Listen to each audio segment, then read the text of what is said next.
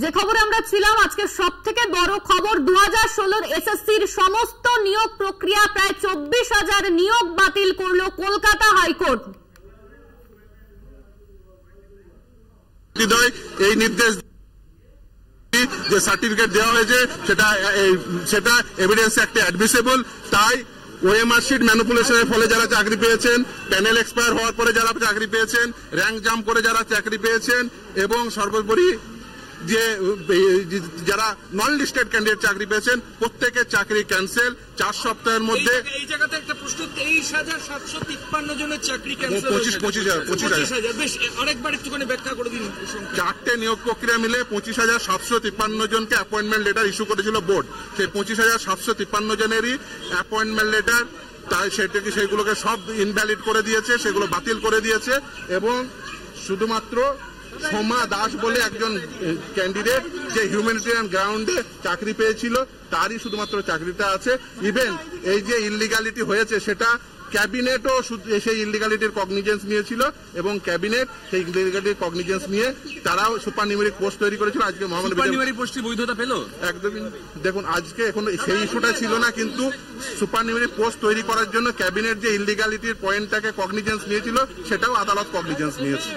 অর্থাৎ আর্টিকেল 12 সমস্ত অথরিটিগুলো যে তারা এই যে সেই ওএমআর শিট গুলোর উপর অ্যাক্টে রাপন করেছে সেটাও আজকে 15 দিনের মধ্যে নিয়োগ প্রক্রিয়া শুরু করতে হবে, সেখানে কারা অংশগ্রহণ করবে? যারা অংশগ্রহণ করেছিল নতুন এসএসসি কে নির্দেশ দিয়েছে তারা আবার নতুন এজেন্সি তারা আবার এই বঞ্চিতরা যারা রাস্তায় বসেছিলেন তারা পারবে নিশ্চিতভাবে। সেই জন্য এই লড়াইটাই বঞ্চিতদের এই চান্স দেওয়ার জন্য, তারা সুযোগ দেওয়ার জন্য এই লড়াই এবং তাই বঞ্চিতরা নিশ্চিতভাবে আশা করব না অবভিয়াসলি পূর্ববর্তী শূন্যপদ থাকবে। 24,640টি যেটা শূন্যপদ ছিল 4টে নিয়োগ প্রক্রিয়ায়, সেই শূন্যপদই থাকবে। নিয়োগ প্রক্রিয়ায় কি ইন্টারভিউ হবে নাকি রিটেন হবে? সেটা এসএসসি অ্যাডভার্টাইজমেন্ট দেবে, এসএসসি আপলোড করুক, অর্ডারটা পুরোটা আপলোড হোক, তাহলেই পুরোটা বোঝা যাবে। এখনো পর্যন্ত যা মহামান্য বিচারপতি পড়ে দিয়েছেন সেইগুলো 9টি পয়েন্ট ওএমআর শিট আপলোড হয়েছে। সেই ওএমআর শিট আপলোডের পয়েন্টে রিভোকেশন রুল 79 ইনভোক করে যে রিভোকেশন সেই পয়েন্টেও সমস্ত ইস্যু ফ্রেম করে মহামান্য বিচারপতিরা আজকে নির্দেশ দিয়েছেন পুরো নিয়োগ প্রক্রিয়া না লেন 4 সপ্তাহের মধ্যে। এসএসসির 2016 পুরো প্যানেল বাতিল করে দিল কলকাতা হাইকোর্ট।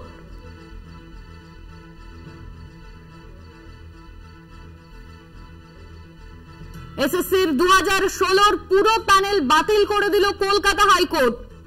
25,000 চাকরি প্রার্থীর চাকরি বাতিল করলো কলকাতা হাইকোর্ট।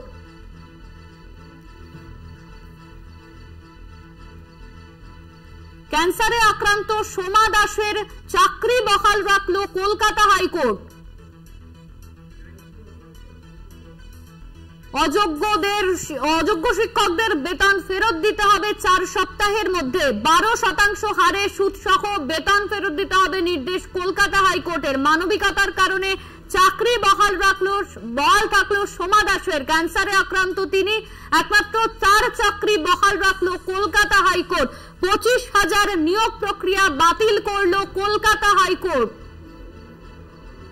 এসএসসির 2016 পুরো প্যানেল বাতিল করে দিল কলকাতা হাইকোর্ট। মেয়াদ উত্তীর্ণ হওয়ার পরও চাকরি বৈধ বলে গণ্য হওয়া উচিত নয়।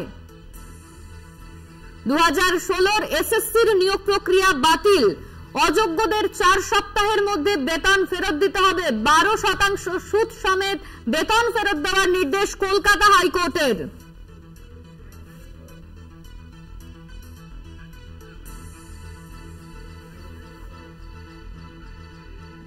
এই দুর্নীতির জট ছড়াতে তদন্তের প্রয়োজনে যাকে প্রয়োজন হবে তাকে হেফাজতে নিতে পারে সিবিআই, এমনই নির্দেশ দিয়েছে কলকাতা হাইকোর্ট। ওএমআর শিটের কপি আপলোড করার নির্দেশ দিল আদালত। সেই সঙ্গে নতুন করে নিয়োগ প্রক্রিয়া শুরু করতে বলা হয়েছে এসএসসি কে।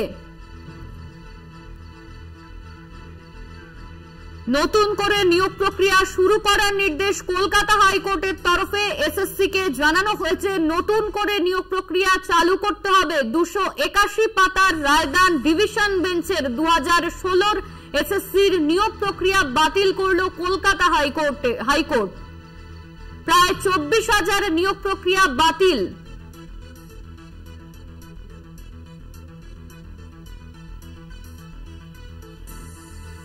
একমাত্র সোমা দাসের চাকরি বহাল রাখলো কলকাতা হাইকোর্ট। ক্যান্সারে আক্রান্ত এই সোমা দাস, তার চাকরি বহাল রাখলো কলকাতা হাইকোর্ট।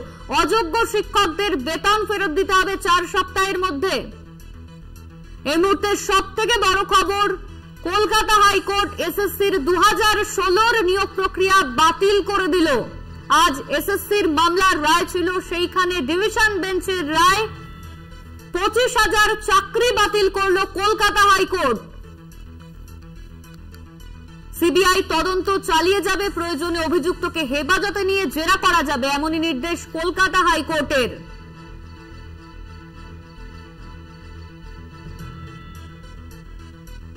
এসএসসির 2016 পুরো প্যানেল বাতিল করে দিল কলকাতা হাইকোর্ট। 25,000 জনের নিয়োগ প্রক্রিয়া বাতিল। অযোগ্যদের বেতন ফেরত দিতে হবে 12% হারে সুদ সহ বেতন ফেরত দেওয়ার নির্দেশ কলকাতা হাইকোর্টের। 4 সপ্তাহের মধ্যেই বেতন ফেরত দিতে হবে, প্রয়োজনে অভিযুক্তকে হেফাজতে নিয়ে জেরা করা যাবে। এসএসসির সমস্ত নিয়োগ প্রক্রিয়া বাতিল করলো কলকাতা হাইকোর্ট। প্রায় 25,000 নিয়োগ বাতিল করলো Kolkata high court. SSC group C, group ডির কর্মীর নিয়োগের পাশাপাশি নবম, দশম এবং একাদশ, দ্বাদশের শিক্ষক নিয়োগেও দুর্নীতির একাধিক অভিযোগ উঠেছে।